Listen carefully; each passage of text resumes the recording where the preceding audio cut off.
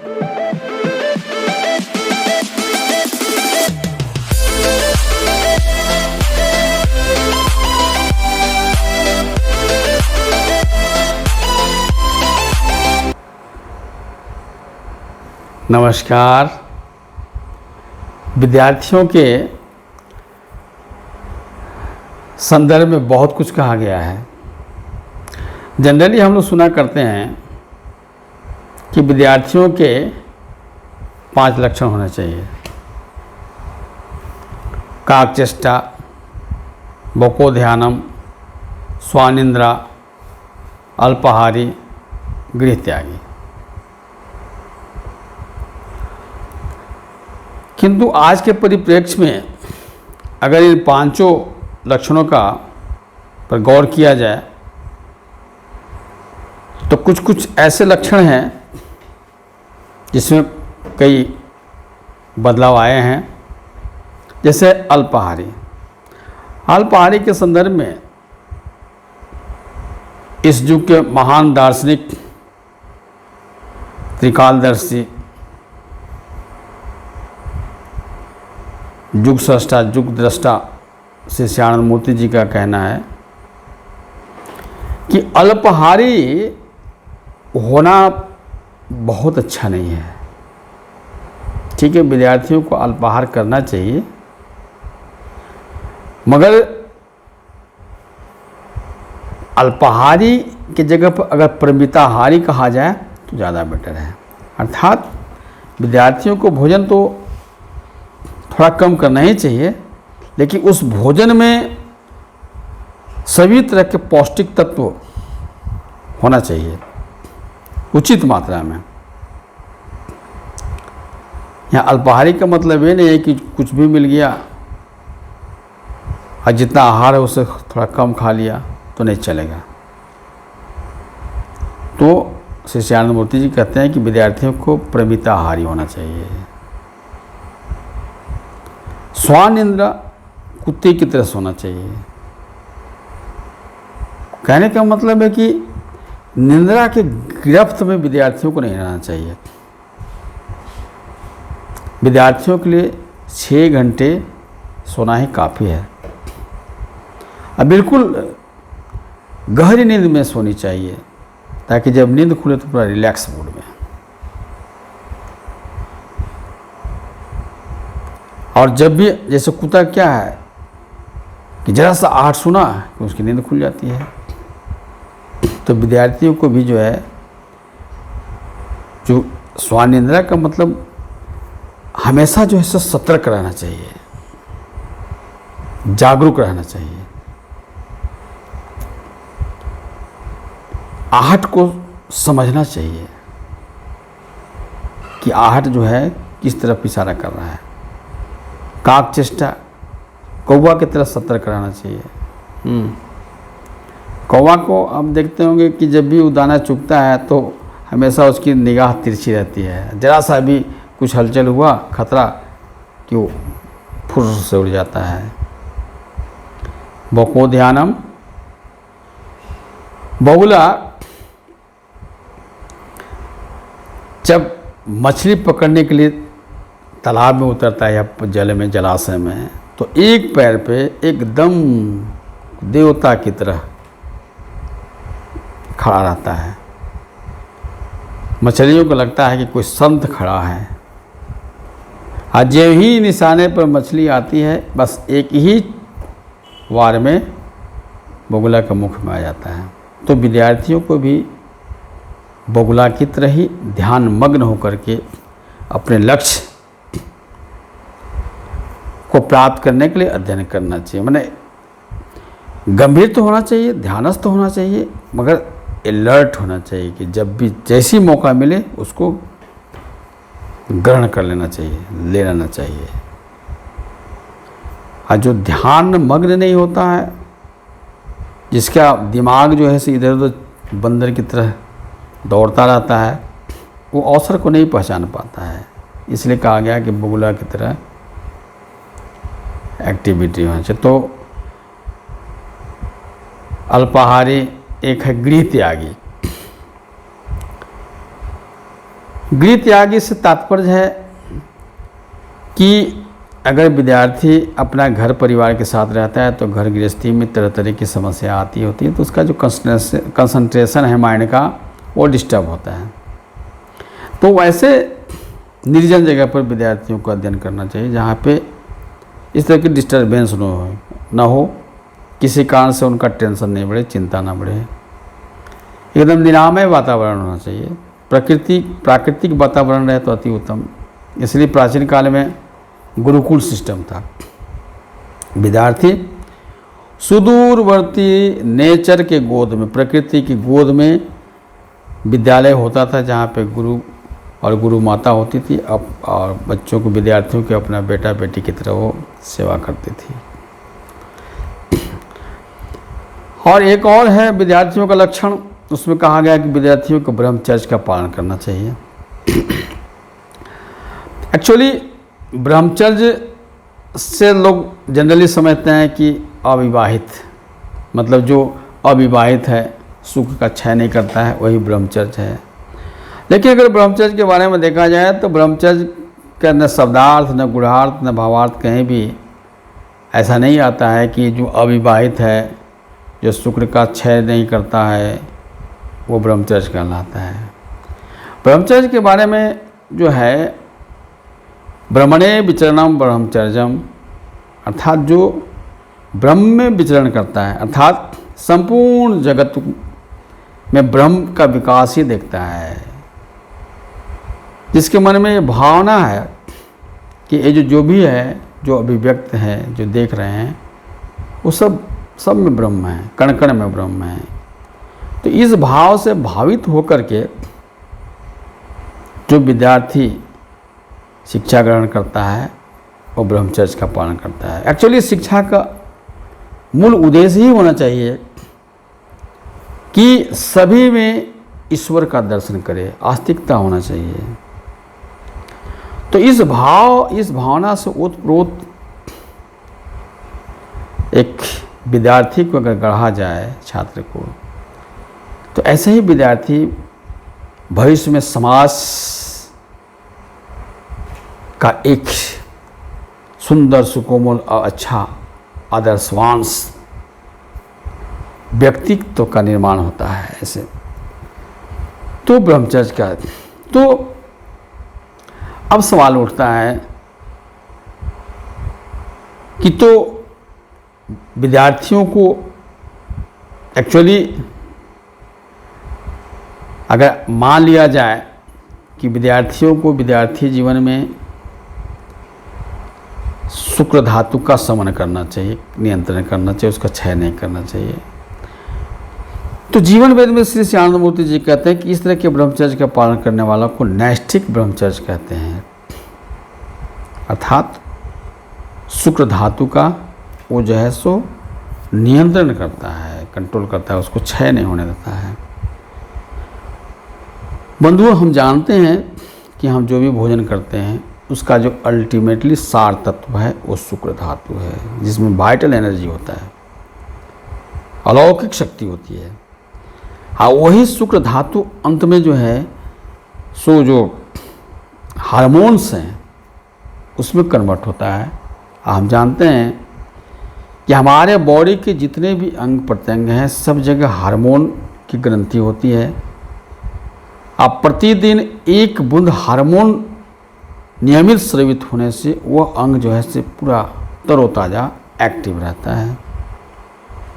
जैसे सहस्त्रार चक्र में है पिनियल ग्लैंड्स, उससे जो रस स्रावित होता है उसको कहा जाता है सोम रस या सुधा रस कहा जाता है। तो नियमित दोनों टाइम अगर किसी व्यक्ति के पिनियल ग्लैंड से वो रस स्रावित होता है तो वो व्यक्ति हमेशा तनाव मुक्त होता है, खुशहाल रहेगा, उसका चेहरा पे चमक रहेगा, मुस्कुराता हुआ रहेगा, मस्त रहेगा। आज जिसका पिनियल ग्लैंड्स में डिफेक्ट आ जाता है वही व्यक्ति जो है उसका चेहरा एकदम क्रूर दिखता है, रौनक नहीं रहता है, टेंशन में रहता है, माथा दर्द का शिकायत करता है। तो विद्यार्थियों को चूंकि मानसिक परिश्रम बहुत ज़्यादा करना पड़ता है, इसलिए शुक्र धातु को जितना अधिक वो लोग नियंत्रण करेंगे उतना ही उसका जो है से पिनियल ग्लैंड्स एक्टिव रहेगा उतना ही ब्रेन एक्टिव रहेगा, और अध्ययन जो भी करेंगे वो कारगर होगा, जल्दी स्मरण होगा, लंबे समय तक याद रहेगा, समझ में आएगा, भविष्य जो उनका है उज्ज्वल होगा। इसलिए नैष्ठिक ब्रह्मचर्य का पालन विद्यार्थियों को अवश्य करना चाहिए। और तीसरा जो पॉइंट है जो श्री आनंद मूर्ति जी कहते हैं कि विद्यार्थी नाम अध्ययनम तपः, ये जो मूल मंत्र है इसको भी विद्यार्थियों को हमेशा याद रखना चाहिए, सदैव याद रखना चाहिए। विद्यार्थी नाम अध्ययनम तपः मतलब विद्यार्थियों का जो मूल तो तपस्या है, साधना है, वो अध्ययन करना, अधिक से अधिक ज्ञानार्जन करना। ये भौतिक जगत का, मानसिक जगत का और आध्यात्मिक जगत का, तीनों क्षेत्र का संतुलित ज्ञान हासिल करना विद्यार्थियों का मूल लक्षण होना चाहिए। किंतु आगे श्री आनंद मूर्ति जी कहते हैं कि एक चीज़ और होना चाहिए, त्याग की भावना। इस संदर्भ में बड़ा एक सुंदर दृष्टांत उन्होंने प्रस्तुत किया। सन 1987-88 की घटना है। तब यूनिवर्सल प्रोटेस्ट स्टूडेंट फेडरेशन अर्थात यूपीएसएफ का रिपोर्टिंग चल रहा था, मतलब मीटिंग चल रहा था श्री आनंद मूर्ति के सामने। अब मैंने इसको सुना आचार्य श्री नारायण दादा के मुखारबिंद से, वो फिजिकली वहाँ पे प्रेजेंट थे। तो श्री आनंद मूर्ति जी ने विद्यार्थियों को उनका अधिकार, उनका कर्तव्य समझाते समझाते उन्होंने कहा कि देखो जी, विद्यार्थियों के लिए जो तपस्या है ना वो अध्ययन है। अगले ही क्षण फिर कहते हैं कि मान लो कि तुम अध्ययनरत हो अपने घर में या किसी जगह पे, अब बगल के घर में आग लग गई, तब क्या करोगे? करीब 200 की संख्या में नौजवान विद्यार्थी वहाँ पर प्रेजेंट थे। तो चूंकि पहले श्री आनंद मूर्ति जी ने कह दिया था कि विद्यार्थियों का अध्ययन ही तपस्या है, तो कई लोग जवाब दिए, कहना था कि ठीक है, हमारा तो अध्ययन ही काम है, तो हम तो अपना पढ़ाई करते रहेंगे, तो बगल में आग लग गया तो दूसरे लोग बुझा देंगे, हमारे यहाँ क्या वहाँ पे जाना। तो इसी बात को सुन करके फिर श्री आनंद मूर्ति जी कहते हैं कि ठीक है, तुम्हारा अध्ययन करना ही तपस्या है, सही बात है, तुम्हारा तर्क अच्छा है, जवाब अच्छा है, लेकिन तुम अध्ययन में रत रहा, उस घर में लगी हुई आग को अगर किसी ने नहीं बुझाया, तो वो जो आग का जो लपट है अग्नि, तो क्या तुम्हारा घर को छोड़ देगा? क्या तुम्हारा घर में भी वो आ जाएगा, तुम्हारा घर भी धू धू कर जलने लगेगा, तब क्या वहाँ पर तुम्हारा अध्ययन काम आएगा?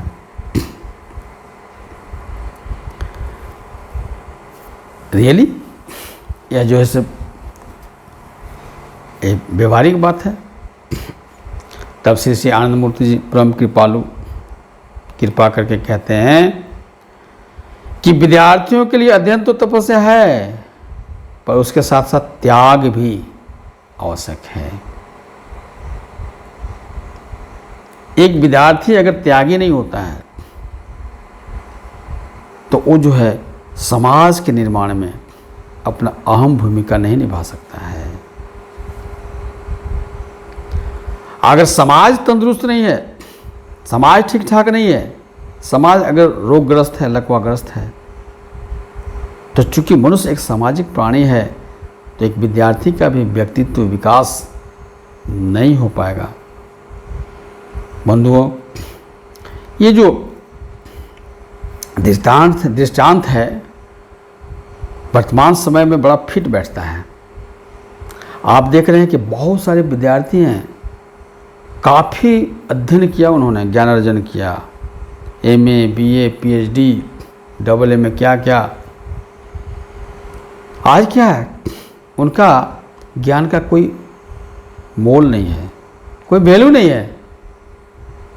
मारे मारे फिर रहे हैं, कोई रोजगार नहीं है, कोई कीमत नहीं है।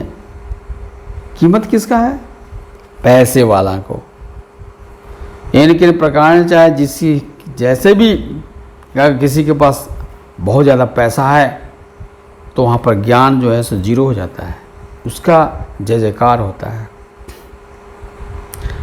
तो ऐसा समय में जब ज्ञान का मूल्य जीरो हो गया है, तब एक विद्यार्थी को समाज में ज्ञान को सर्वोच्च स्थान पर बैठाने के लिए त्याग की आवश्यकता है। और जब तक ज्ञान सबसे ऊपर नहीं रहेगा, तब तक एक एक व्यक्ति का भलाई कल्याण नहीं हो सकता है। समाज का एक एक व्यक्ति दुखी रहेगा। तो इसलिए श्री श्यानंद मूर्ति जी कहते हैं कि अभी अध्ययन तो जरूरी है, लेकिन अध्ययन के साथ साथ त्याग करना है। और त्याग कैसा करना है? होल टाइमर वर्कर बनकर के। होल टाइमर माने ऐसे नौजवान विद्यार्थियों की आवश्यकता है जो अपना संपूर्ण जीवन